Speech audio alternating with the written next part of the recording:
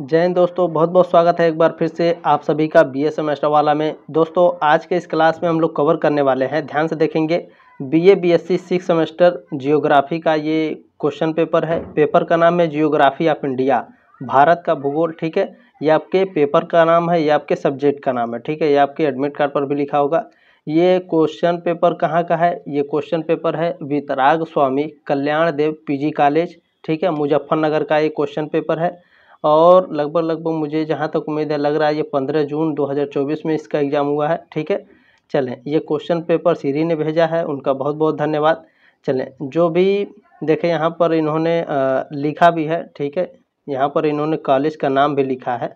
चले ध्यान से देख लेंगे आप लोग कॉलेज का नाम। ठीक है, चले, VSKD यानी वितराग स्वामी कल्याण देव पीजी कॉलेज। चलें आगे बढ़ते हैं, देखते हैं आपके कितने प्रश्न इसमें सही हुए हैं। ठीक है, अच्छा, इसमें 75 क्वेश्चन आपके पूछे गए थे। ठीक है, 75 में से कितने सही हुए हैं आपके? ठीक है, बताना है। एक सेकेंड मैं आपको कुछ बता देता हूँ। ठीक है, यहाँ पर देखिए लिखा है प्रश्न पुस्तिका में 75 प्रश्न है। परीक्षार्थी को सभी प्रश्नों को केवल दी गई OMR आंसर शीट पर ही करना है। ठीक है, चलें, ध्यान रखेंगे ये 75 प्रश्न पूछे गए थे और इसमें पूरे करने थे। ठीक है, चलें, ध्यान रखेंगे। आपको 2 घंटे का समय भी दिया गया था, अधिकतम 75 नंबर का भी था ये।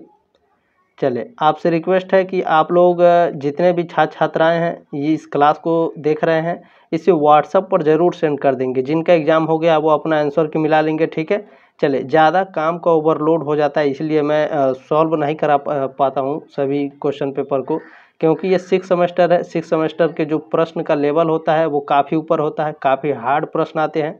ठीक है, इसलिए कोई जल्दी सॉल्व भी नहीं कराता है। इसे सॉल्व कराने में काफ़ी ज़्यादा समय भी लग जाता है। तो जितना समय लगता है, मेहनत लगता है, तो मेहनत के लिए कम से कम एक लाइक ज़रूर कर देंगे। चैनल पर पहली बार आए हैं या तो पुराने हैं, प्लीज़ सब्सक्राइब करके सपोर्ट ज़रूर करें, क्योंकि मैं केवल 6 सेमेस्टर वालों को, बच्चों को पढ़ा रहा हूँ। तो ये आपकी जिम्मेदारी है कि आप लोग सपोर्ट ज़रूर करें। ठीक है, सब्सक्राइब करके। चलें, और जिनका एग्ज़ाम बाकी है, यह प्रश्न पत्र 2025, 26, 27, 28, जब भी आप इस क्लास को देखेंगे यह क्लास आपके लिए लाभदायक सिद्ध होगी हमेशा के लिए। आप भारत के किसी भी यूनिवर्सिटी से हो, किसी भी राज्य से हो, यदि आपका सब्जेक्ट और जो पेपर का नाम है सेम है तो आप इस क्लास को अटेंड कर सकते हैं। ठीक है, चिंता करने की बिल्कुल भी आवश्यकता नहीं है। चलिए दोस्तों, स्टार्ट करते हैं आज की क्लास, देखते हैं। पहला प्रश्न आपका इसमें पूछा गया था, उत्तर प्रदेश तीसरा सबसे बड़ा महानगर कौन सा है कानपुर और लखनऊ के बाद? तो देखिए, उत्तर प्रदेश का सबसे बड़ा महानगर कानपुर और लखनऊ के बाद आपका गाजियाबाद आता है। बिल्कुल राइट आंसर है इनका, पहले का ये ऑप्शन आपका राइट है। चले, दूसरा प्रश्न आपका इसमें क्या पूछा गया था, निम्न में से कौन सा राज्य सबसे अधिक नगरीकृत है 2011 में? तो ये तमिलनाडु है, सी ऑप्शन राइट है आपका दूसरे का। चलिए, तीसरा प्रश्न आपको क्या पूछा गया है, सूती वस्त्र मिलों को सबसे अधिक संख्या गुजरात के किस नगर में पाई जाती है? तो यह अहमदाबाद में पाई जाती है। बिल्कुल राइट आंसर है तीसरे का। चलिए, चौथा प्रश्न आपको क्या पूछा गया है, कागज उद्योग का निम्न में से कौन सा केंद्र गंगा के मैदान में स्थित नहीं है? देखिए, सबसे ज़्यादा इस प्रश्न पत्र में आपके निगेटिव प्रश्न पूछे गए थे। ठीक है, नहीं है तो होशंगाबाद आपका क्या है, कागज उद्योग का, ठीक है, केंद्र गंगा के मैदान में स्थित नहीं है होशंगाबाद, ये ऑप्शन राइट है चौथे का। और जो पांचवा प्रश्न है इसका हमें राइट आंसर नहीं मिला है। ठीक है, तो आप लोग कमेंट कर सकते हैं इसका कौन सा राइट आंसर है। ठीक है, चलिए, कमेंट करने से क्या होता है कि बाकी सारे स्टूडेंट भी कमेंट देखने आते हैं कि कौन सा प्रश्न सही है, 5वें नंबर प्रश्न का कौन सा उत्तर सही होना चाहिए। ठीक है, तो आप लोग डिस्कस कर सकते हैं और मैं आपका कमेंट तो देखता ही रहता हूँ, मैं रिप्लाई ज़रूर करता हूँ। ठीक है, तो कमेंट जरूर करेंगे। छठवां प्रश्न आपका इसमें पूछा गया था, इको पर्यटन निम्न में से किस कार्यकलाप की अनुमति नहीं देता है? तो जो इको पर्यटन है यह पर्यटन स्थल पर अपनी संस्कृति लादना, इसकी अनुमति नहीं देता है। ये ऑप्शन राइट है आपका छठे का।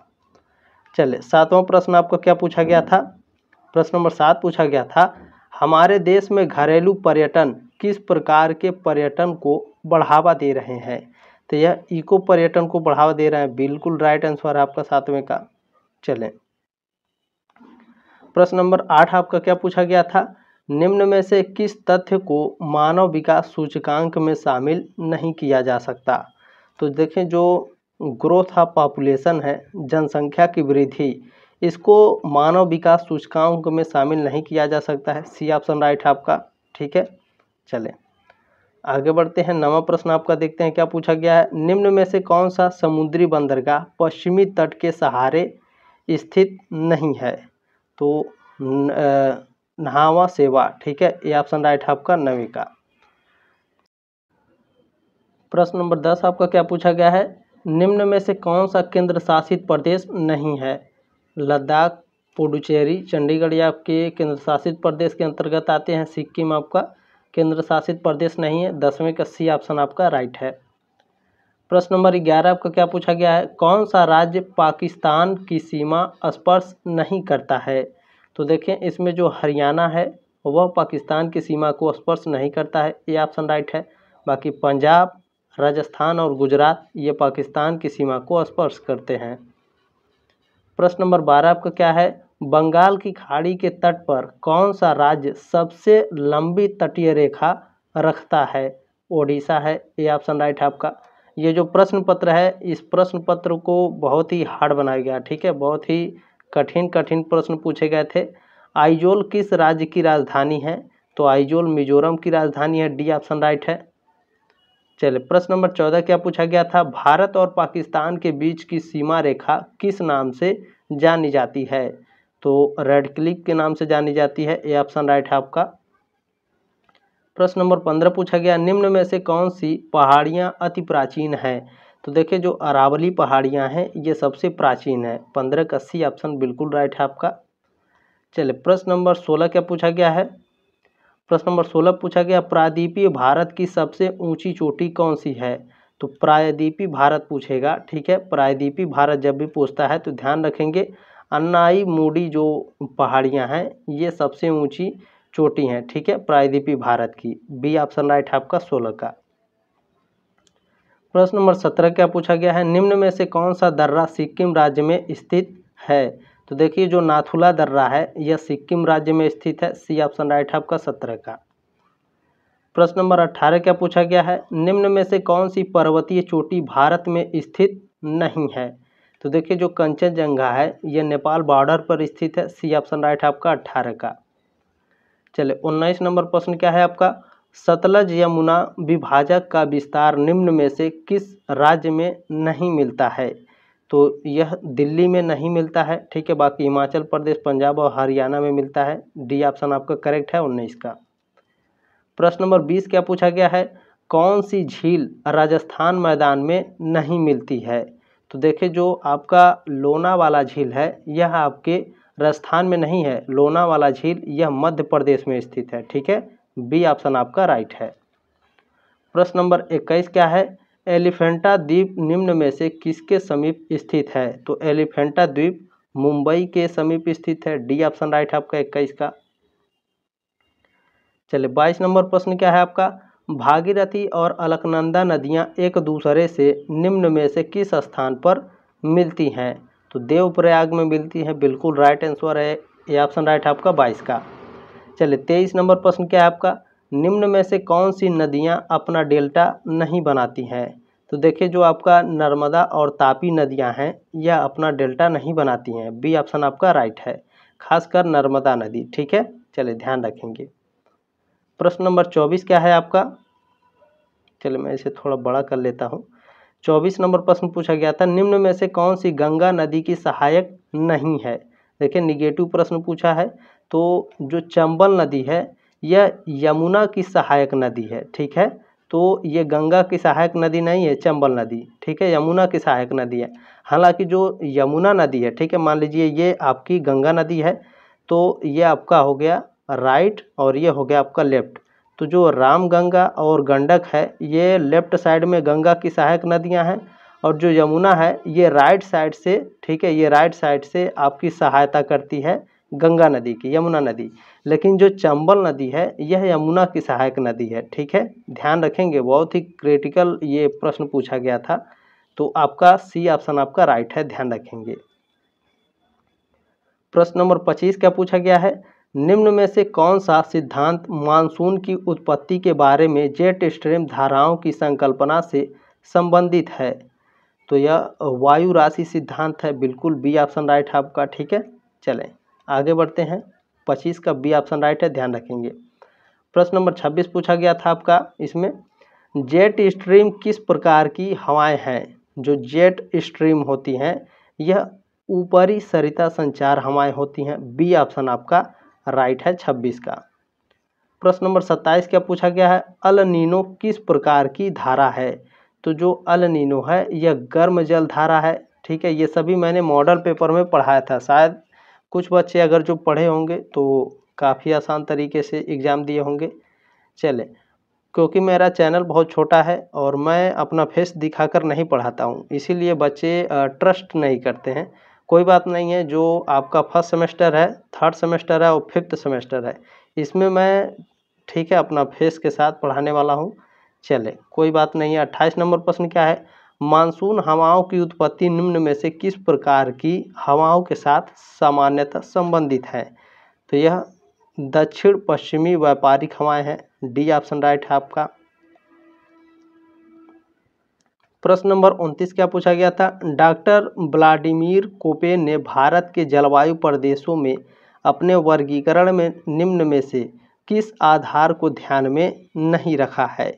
तो यह वृष्टि की सार्थकता को इन्होंने ध्यान में नहीं रखा है, बाकी वर्षा की मात्रा कितनी है, स्थानीय जो वनस्पतियां हैं, ठीक है, और जो वार्षिक एवं मासिक औसतन तापमान कितना है इसको भी आधार माने, लेकिन वृष्टि की सार्थकता को नहीं माने। ठीक है, बी ऑप्शन राइट है 29 का। प्रश्न नंबर 30 क्या पूछा गया है? काली मिट्टियां निम्न में से किस फसलों के उत्पादन के लिए पहचान रखती हैं? तो जो काली मिट्टियां हैं ये कपास एवं मूंगफली के लिए। ठीक है, चले ए ऑप्शन राइट है आपका। ज़्यादातर आपके कपास उगाए जाते हैं काली मिट्टियों में। ठीक है, मूंगफली भी उगाई जाती है, ध्यान में रखेंगे। निम्न में से कौन सा युग्म सही नहीं है? ठीक है, कौन सा युग्म सही नहीं है? देखिए, लाल मिट्टी जो गन्ना है यह युग्म सही नहीं है, क्योंकि जो गन्ना की खेती की जाती है ये बलुई और दोमट मिट्टी में की जाती है। ठीक है, किस में की जाती है? बलुई और दोमट मिट्टी में। ठीक है, दोमट मिट्टी में आपकी गन्ना की खेती की जाती है, बी ऑप्शन राइट है 31 का।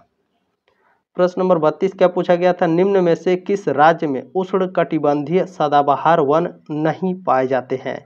तो देखिए, इन्होंने मेघालय लगाया है इसलिए इनका गलत हो गया। राजस्थान में, ठीक है, उष्णकटिबंधीय, भैया उष्णकटिबंधीय सदाबहार वन राजस्थान में नहीं पाए जाते हैं। ठीक है, बाकी पश्चिम बंगाल, असम और मेघालय में पाए जाते हैं। सी ऑप्शन आपका राइट है 32 का। प्रश्न नंबर 33 क्या पूछा गया है? निम्न में से कौन सा उद्देश्य सामाजिक वानिकी कार्यक्रम में शामिल नहीं किया गया है? तो देखिए, जो आपका नगरीय अर्थव्यवस्था में वनों के उत्पादों का जो महत्व बढ़ाना है इसको सामाजिक वानिकी कार्यक्रम में शामिल नहीं किया गया है। 33 का डी ऑप्शन आपका राइट है। चले, प्रश्न नंबर 34 क्या पूछा गया था आपका? निम्न में से कौन सा सबसे महत्वपूर्ण जैव विविधता प्रदेश है? तो पश्चिमी घाट प्रदेश, बिल्कुल राइट आंसर है 34 का, बी ऑप्शन राइट है। प्रश्न नंबर 35 क्या पूछा गया है? राजस्थान का घाना पक्षी विहार निम्न में से किस वन्य जीव के लिए प्रसिद्ध नहीं है? निगेटिव प्रश्न पूछा है, तो बाघ के लिए नहीं प्रसिद्ध है, ये ऑप्शन आपका राइट है 35 का। चलिए, 36 नंबर प्रश्न है, एक सींग वाले गैंडों के लिए कौन सा अभ्यारण्य सबसे महत्वपूर्ण है? तो काजीरंगा राष्ट्रीय उद्यान एक सींग वाले गैंडे के लिए प्रसिद्ध है, सी ऑप्शन राइट है आपका। प्रश्न नंबर 37 क्या पूछा गया है? निम्न में से कौन सा राज्य विगत कुछ वर्षों से भूकंपों का सामना कर रहा है? तो देखिए, इसका सही आंसर नहीं मिला है, हालांकि उत्तराखंड जो है कुछ सालों में, ठीक है, भूकंपों का सामना कर रहा है कंटिन्यू। बाकी आप लोग इसका राइट आंसर बता सकते हैं। ठीक है, चलें। प्रश्न नंबर 38 क्या है आपका? निम्न में से कौन सी आपदाएं हमारे देश में अत्यधिक प्रभावी हैं? तो देखिए, जो सूखा और बाढ़ है यह प्रभावी है हमारे देश में। ठीक है, तो डी ऑप्शन आपका राइट है 38 का। प्रश्न नंबर 39 आपका क्या पूछा गया है? ठीक है, 39 नंबर आपका पूछा गया है, ग्रीष्म लहर के दिनों की संख्या बढ़ना किस प्रकार के परिवर्तन का प्रतीक है? तो ग्रीष्म लहर भूमंडलीय उष्णता के कारण बढ़ रहा है, ग्लोबल वार्मिंग के कारण। ठीक है, ये ऑप्शन राइट है आपका। चले 39 नंबर प्रश्न का, चले ध्यान रखेंगे। अच्छा, कुछ बच्चे इसमें कंफ्यूज हो जाते हैं, सर ये ग्रीष्म लहर क्या है? जो गर्मी की लहरें चलती हैं ना, आप लोग इस समय हीट वेव चल रहा था ना, तो देखिए जितने ईयर्स गुजरेंगे, ठीक है, पेड़ों की कटाई होती जाएगी, उसी तरह से हीट वेव बढ़ते जाएंगे। ठीक है, चलिए ध्यान रखेंगे। 40 नंबर प्रश्न क्या है आपका? जल किस प्रकार के संपोषकीय विकास के लिए मानक नहीं है? तो देखिए ये थल परिवहन के विकास के लिए मानक नहीं है। डी ऑप्शन राइट है आपका 40 का। ठीक है, चले प्रश्न नंबर 41 क्या है आपका? जल की खपत किन कार्यों में सबसे अधिक होती है? तो कृषि कार्यों में। सी ऑप्शन बिल्कुल राइट है आपका 41 का।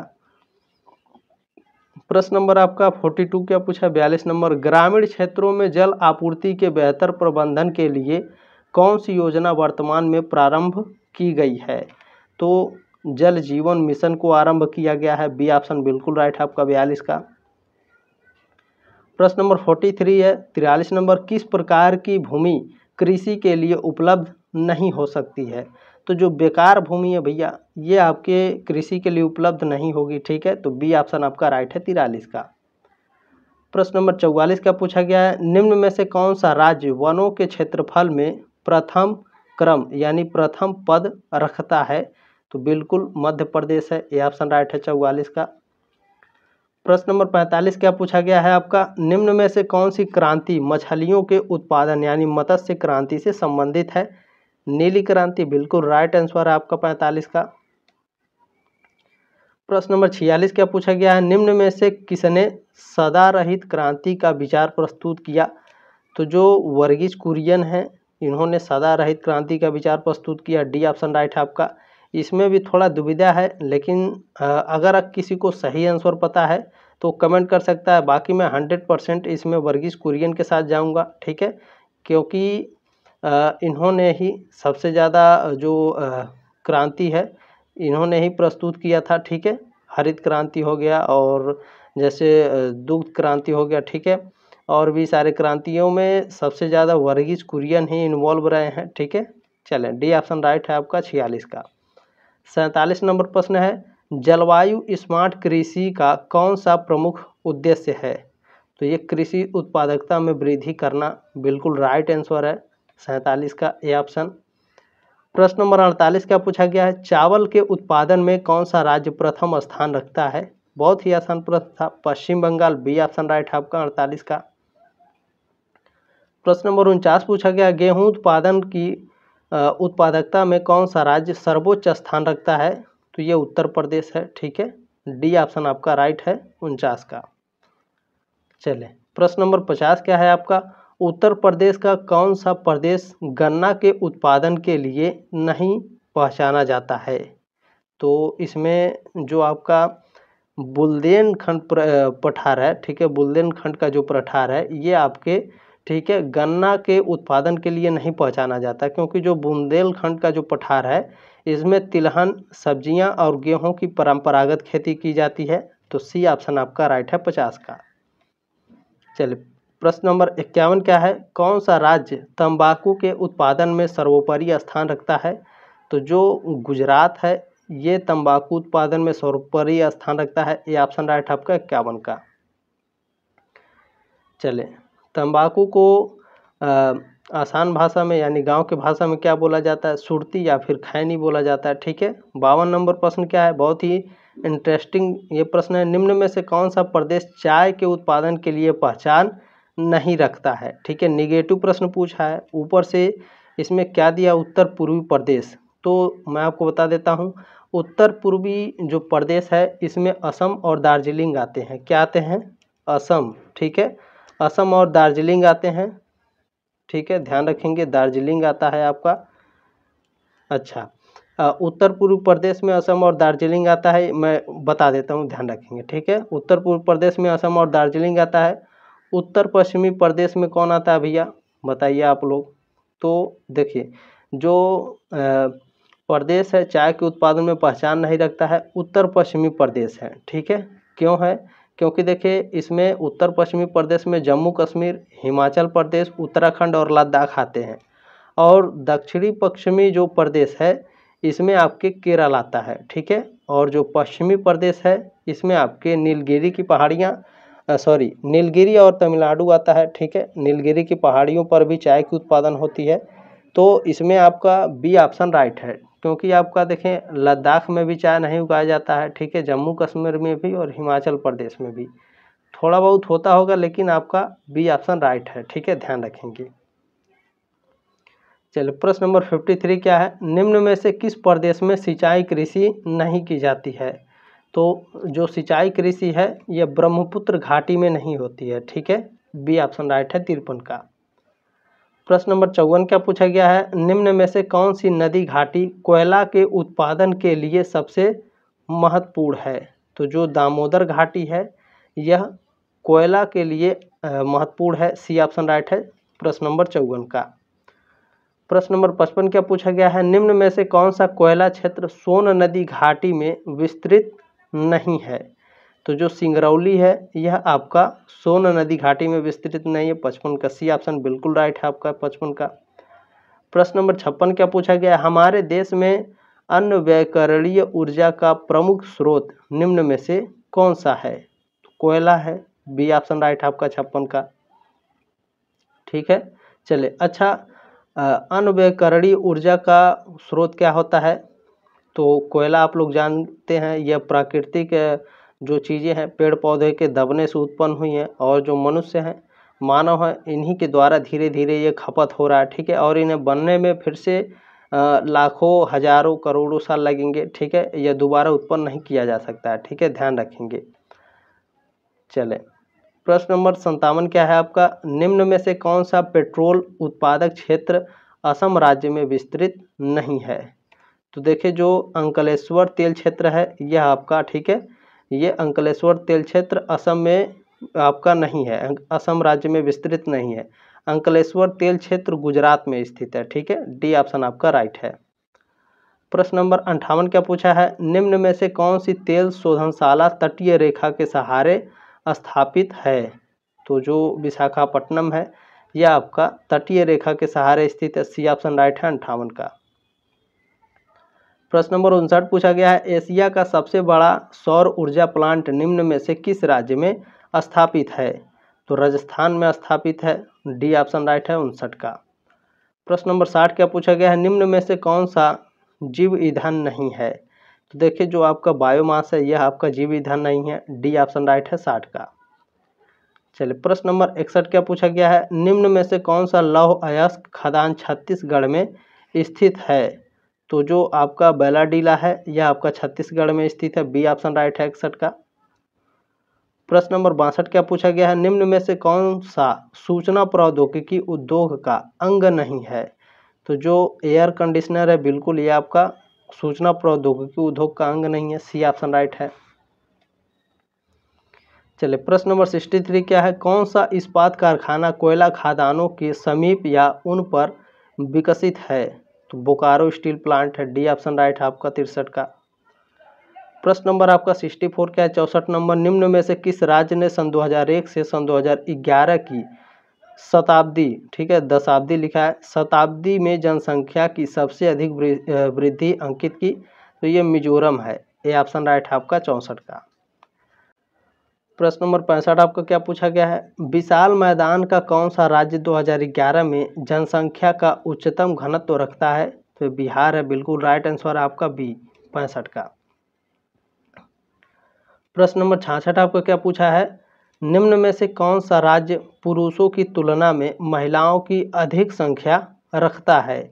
तो यह केरल है, सी ऑप्शन राइट है आपका 66 का।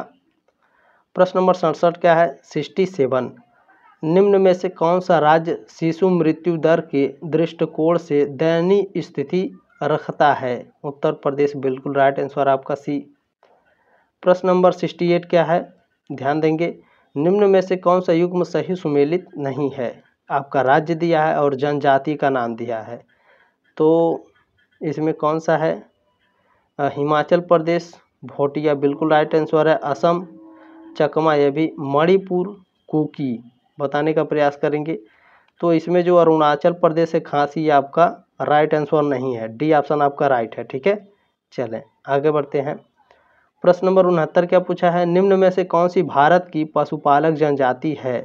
तो देखें इसमें जो टोडा जनजाति है ये आपकी पशुपालक जनजाति है। टोडा जनजाति के लोग उच्चतम किस्म के भैंसों का पालन करते हैं जो काफ़ी ज़्यादा मात्रा में दूध का उत्पादन करती हैं। ठीक है, बी ऑप्शन राइट है आपका। प्रश्न नंबर 70 क्या पूछा गया है, निम्न में से कौन सा उत्तर पूर्वी राज्य उच्चतम प्रभावी महिला साक्षरता रखता है। तो यह मिजोरम है, डी ऑप्शन राइट है आपका 70 का। चले प्रश्न नंबर आपका 71 पूछा है। 71 नंबर प्रश्न आपका पूछा गया है, सघन ग्रामीण बस्तियां निम्न में से किस प्रकार की शक्तियों का परिणाम होती हैं। सघन है तो स्थानीय शक्तियां होंगी, बिल्कुल ए ऑप्शन राइट है 71 का। प्रश्न नंबर 72 क्या पूछा, 72 नंबर, सघन ग्रामीण बस्तियां निम्न में से किस नाम, ठीक है, किस नाम के द्वारा नहीं जानी जाती हैं। तो ये आपके अपखंडित बस्तियों के नाम से नहीं जानी जाती हैं, बी ऑप्शन राइट है 72 का। प्रश्न नंबर 73 क्या है, जब एक गांव में चारों दिशाओं में सड़कें आकार उसके केंद्र में मिलती हैं तो ऐसी दशा में किस प्रकार का बस्ती प्रतिरूप विकसित होता है। तो यह वृत्ताकार प्रतिरूप होता है, सी ऑप्शन राइट है आपका 73 का। प्रश्न नंबर 74 आपका पूछा गया था, अपर गंगा मैदान का कौन सा भाग गांवों का सबसे अधिक वितरण रखता है। तो सबसे अधिक अवध मैदान, ठीक है, अपर गंगा मैदान का कौन सा भाग गांवों का सबसे अधिक वितरण रखता है, अवध मैदान है। क्योंकि जैसे अवध मैदान के अंतर्गत लखनऊ शहर आता है, कानपुर, रायबरेली और फैजाबाद आता है। तो ए ऑप्शन आपका राइट है 74 का। प्रश्न नंबर 75 आपका पूछा गया था, नगरीकरण की कौन सी विशेषता नहीं है। तो देखिए ग्रामीण क्षेत्रों से नगरी दोनों को लोगों का पलायन, तो बी ऑप्शन आपका राइट है 75 का। 75 में से आपके कितने प्रश्न सही हुए हैं कमेंट बॉक्स में कमेंट जरूर करेंगे। तब तक के लिए जय हिंद, वंदे मातरम। आप सभी लोगों का बहुत बहुत धन्यवाद।